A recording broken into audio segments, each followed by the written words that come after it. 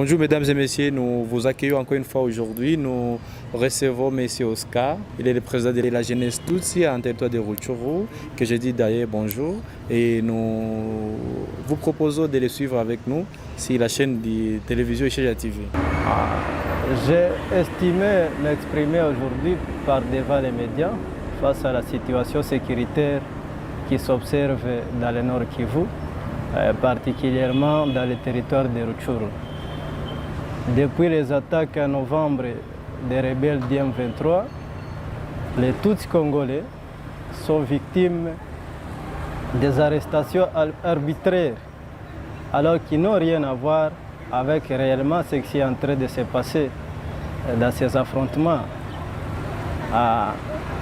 Ici à Goma, à Rutshuru, à Masisi, les Tutsis et particulièrement les jeunes sont en train d'être arrêtés parce que tout simplement, ils sont des Tutsis, aucun crime qu'ils ont commis, et à la fin des enquêtes, ils ne révèlent pas même une infraction ou une preuve qui prouve leur arrestation.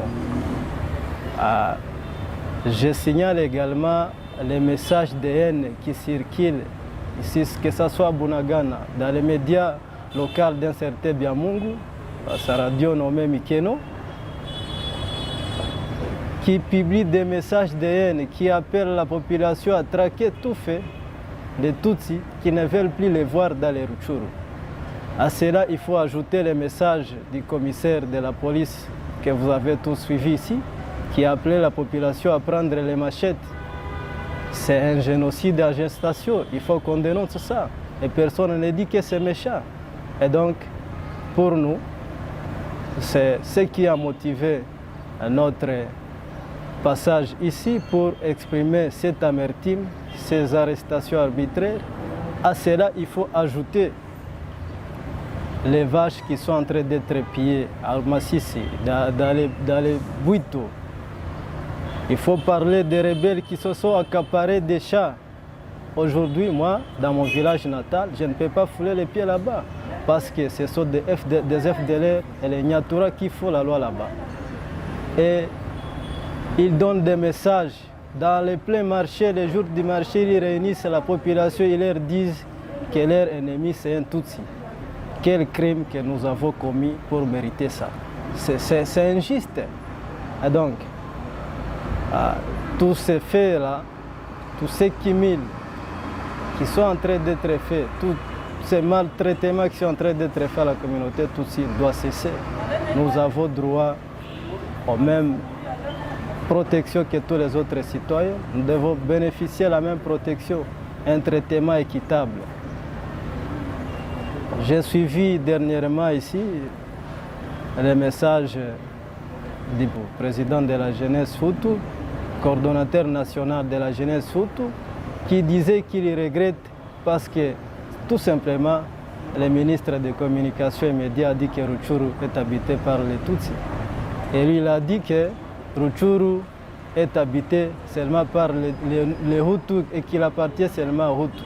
Mais Rutshuru est habité par des Nande, Rutshuru est habité par des Tois, Rutshuru est habité par différentes communautés. En quoi lui peut se prévaloir l'appartenance des territoires de Rutshuru? C'est vouloir tout simplement montrer que les Tutsis n'existent pas à Rutshuru. Et c'est là, c'est inquiétant. Ça, c'est une honte impitoyable qu'un jeune leader de Sonra dit que Rutshuru appartient seul aux Hutus. Et donc, cette bassesse doit cesser.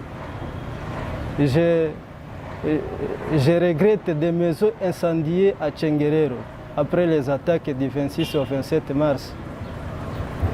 Des maisons des membres des communautés Tutsis ont été brûlées dans ces villages. Les deux maisons, celles des Tutsis, ont été incendiées et personne n'a condamné, même dire que c'est mauvais, personne. Je vous parle des jeunes qui ont pris fuite vers Ouganda avec leurs familles lors de ces attaques du 26 au 27 mars. Aujourd'hui, ils sont en train d'être chassés dans les cas qui appartiennent au mouvement M23. Ils ne peuvent pas arriver chez eux. Les membres de la communauté Tutsi qui tentent de quitter les camps de réfugiés en Ouganda pour revenir dans leur village pour chercher à manger le pain quotidien sont arrêtés. Et donc, vous voulez finalement que ces jeunes aillent où? ils n'ont pas droit à l'asile, ils ne peuvent pas fouler les pieds chez eux. C'est vraiment injuste. Il y a un monsieur Simpenzwe, un papa qui a traversé avec ses vaches. On l'a retrouvé dans le Kibaya, il a été arrêté, tabassé à mort. Je vous dis, même aujourd'hui, je ne sais pas s'il va recouvrir sa santé normale parce qu'il est déjà traumatisé. Il ne saura plus servir à sa famille. Tout ça, c'est ce qui est en train d'être fait par notre armée, notre force de la République démocratique du Congo. Il doit nous traiter au même titre pied d'égalité que les autres citoyens. Nous avons droit à la protection, nous avons droit à la sécurité comme tous les autres.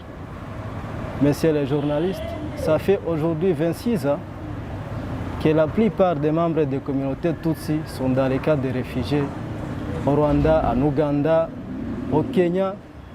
Ils ne savent plus rentrer dans leur milieu d'origine parce que tout simplement, ils sont occupés par des rebelles, ils sont occupés par des FDLR.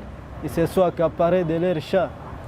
Et ceux qui sont ici proches en Ouganda, qui pouvaient revenir chez eux, sont maltraités ainsi. Et donc, ça doit arrêter, ça doit arrêter. Les épreuves sont là. Même aujourd'hui, ce matin, il y a des jeunes qui viennent d'être arrêtés à la mairie. Un jeune motard de Massissi, tout simplement parce qu'il est Tutsi. Lui et son client, les deux Tutsi, ont été arrêtés, ils sont à la mairie.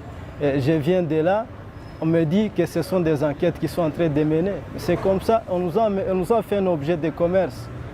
Parce que tout simplement, on est Tutsi, on te retrouve avec un faciès Tutsi, on t'arrête. C'est injuste, c'est injuste. La solution, nous ne demandons pas beaucoup de choses. Nous sommes les demandeurs de la paix. Nous demandons seulement un traitement équitable. Nous avons droit à la protection, nous avons droit à la sécurité comme tout le monde. Ce pays nous appartient tous. Nous n'avons pas un autre pays.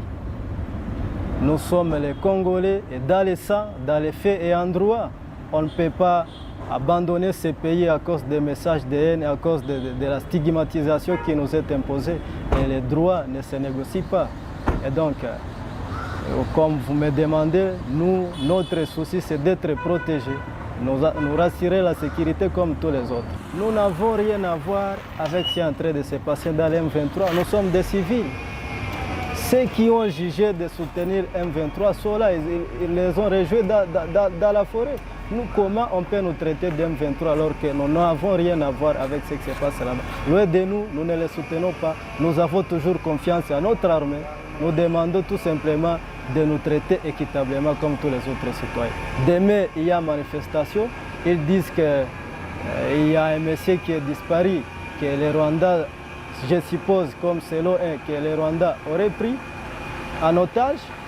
Aujourd'hui, il y a manifestation. Vous savez, le message qui circule, qu'aucun Tutsi ne va traverser demain. Donc, les problèmes qu'ils ont avec les Rwandais, je pense qu'il faut les demander aux Rwandais. Si notre pays, ou s'il y a des gens qui ont des problèmes avec les Rwandais, ils doivent s'attaquer aux Rwandais. Nous n'avons pas suffisamment d'épaules pour supporter les conflits entre les États.